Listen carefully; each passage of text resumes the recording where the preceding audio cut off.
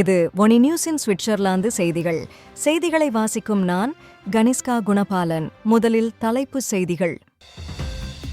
மேற்கு சுவிட்சர்லாந்தை தாக்கிய பெஞ்சமின் சூறாவளி, போக்குவரத்து முடக்கம் மற்றும் பல சொத்து சேதம்.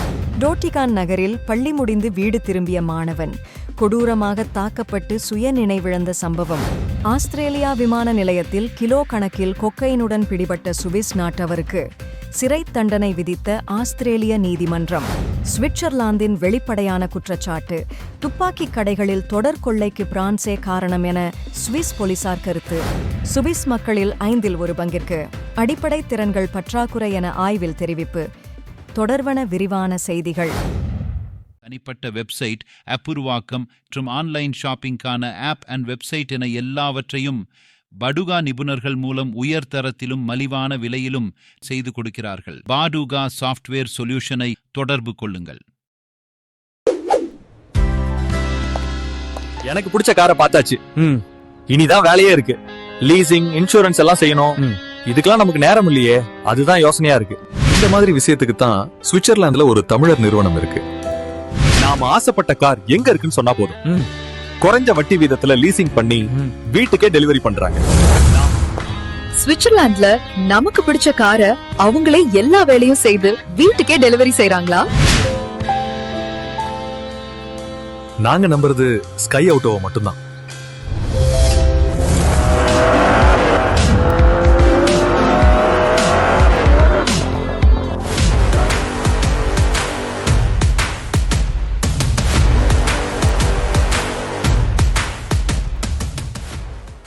போனி ஆப் மற்றும் போனி யூடியூப் சேனல் மூலம் உங்கள் வியாபாரத்தை ஐரோப்பா முழுவதும் உள்ள தமிழ் மக்களிடம் கொண்டு சேர்க்க இப்போதே திரையிலுள்ள எண் மூலம் எங்களை தொடர்பு கொள்ளுங்கள்.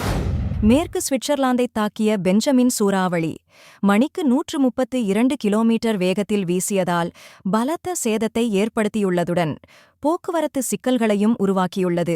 இந்த புயலின் விளைவாக மரங்கள் விழுந்ததால் சியோன் பள்ளத்தாக்கை தற்காலிகமாக மூட வேண்டியிருந்தது என்று நியூசாடெல் கண்டோனல் போலீசார் அறிவித்துள்ளனர். லா சாக்ஸ்டி பாண்ட்ஸ் மற்றும் பெசன்சோன் இடையேயும் வேவி மற்றும் ஐகிள் இடையேயும் ரயில் போக்குவரத்தும் பாதிக்கப்பட்டது. பீல் மற்றும் மவுட்டியருக்கும் பாசல் மற்றும் லாஃபனுக்கும் இடையில் சில நேரங்களில் தாமதங்களுடன் ரயில்கள் பயணித்தன. ஜெனீவாவில் முன்னெச்சரிக்கை நடவடிக்கையாக நகர நிர்வாகம் அனைத்து பூங்காக்கள் மற்றும் நடைபாதைகளையும் மூடியது.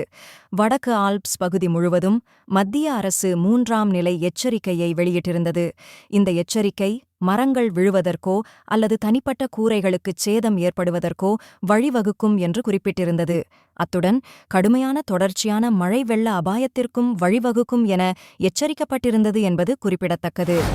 டோட்டிகான் நகரில் பள்ளி முடிந்து வீடு திரும்பிய தொடக்கப்பள்ளி மாணவன் ஒருவன் சக மாணவன் ஒருவனால் பேருந்திலேயே கொடூரமாக தாக்கப்பட்டு சுயநினைவிழந்த சம்பவம் ஒன்று நடந்துள்ளது.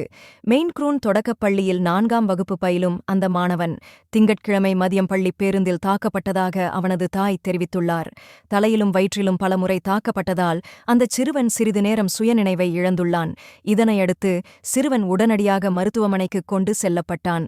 மூளையதிர்ச்சி ஏற்பட்டிருக்கலாம் என்ற சந்தேகத்தின் பேரில் அவன் இரவு முழுவதும் மருத்துவக் கண்காணிப்பில் வைக்கப்பட்டான்.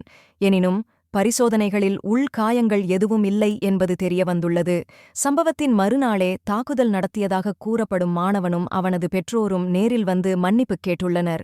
இருப்பினும் இந்த தாக்குதல் தொடர்பான காணொளிகள் சமூக வலைத்தளங்களில் பரவத் தொடங்கியதை அடுத்து பாதிக்கப்பட்ட சிறுவனின் தாய் புதன்கிழமை போலீசாரிடம் இதுகுறித்து குற்றவியல் முறைப்பாடு ஒன்றை பதிவு செய்துள்ளார்.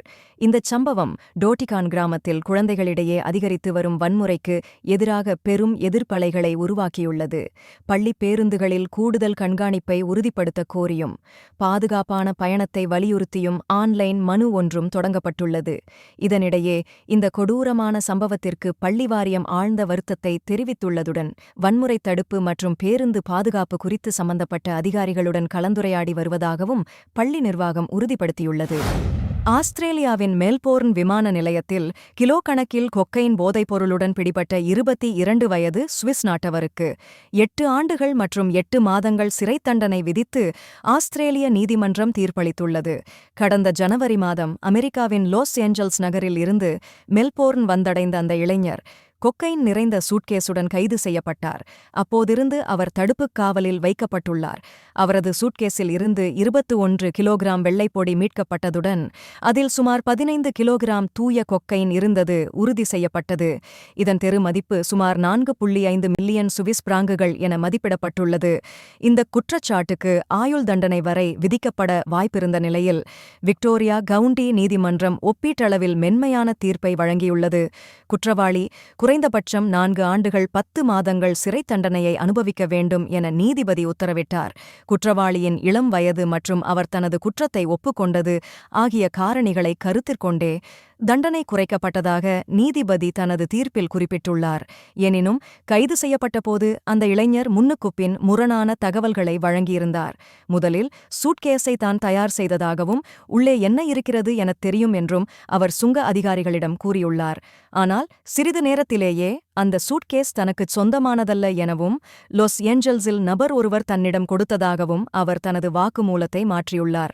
விமானப் பயணச் செலவு மற்றும் $4000 பணத்திற்கு ஈடாக இந்த சூட்கேஸை கொண்டு செல்லுமாறு சுவிட்சர்லாந்தில் உள்ள ஒருவர் தன்னை பணித்ததாகவும் அவர் தெரிவித்துள்ளார்.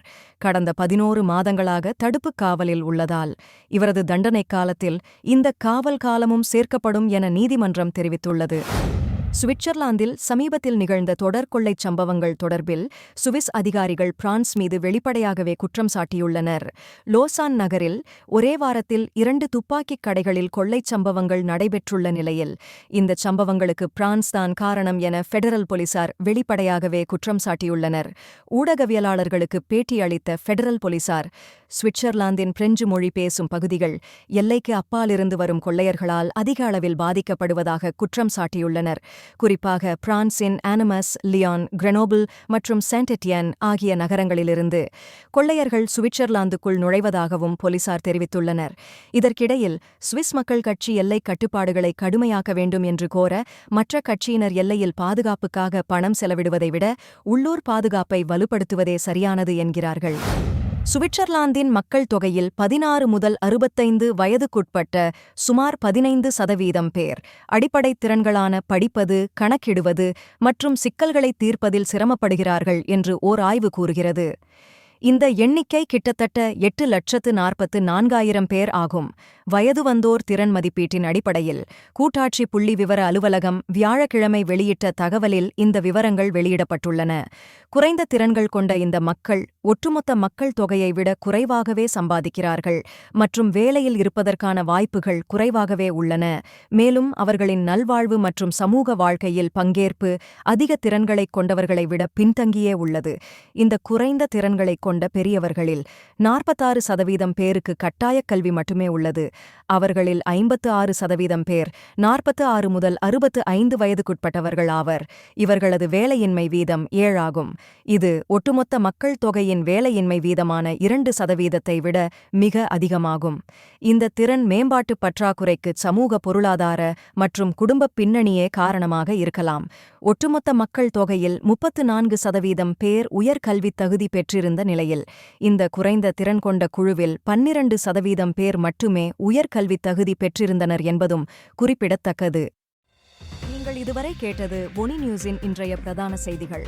மேலும் இதுபோன்ற செய்திகளை தொடர்ச்சியாக அறிந்து கொள்ள ஒனி நியூஸுடன் இணைத்திருங்கள்.